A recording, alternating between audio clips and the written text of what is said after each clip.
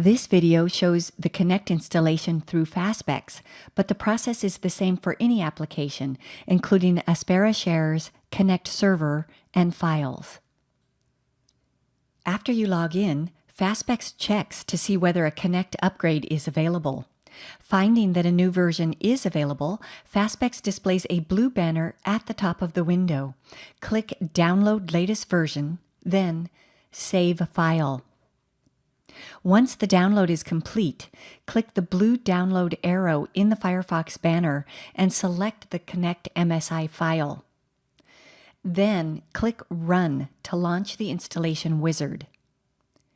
Step through the wizard, accepting the license agreement, choose Typical, and click Install. Firefox must shut down to complete the installation, so click OK to allow the shutdown. When the installation is complete, click Finish. Relaunch Firefox to reopen Fastbex and log in. Firefox detects the new version of Connect and asks whether to allow to run it. Click Allow, then Allow and Remember.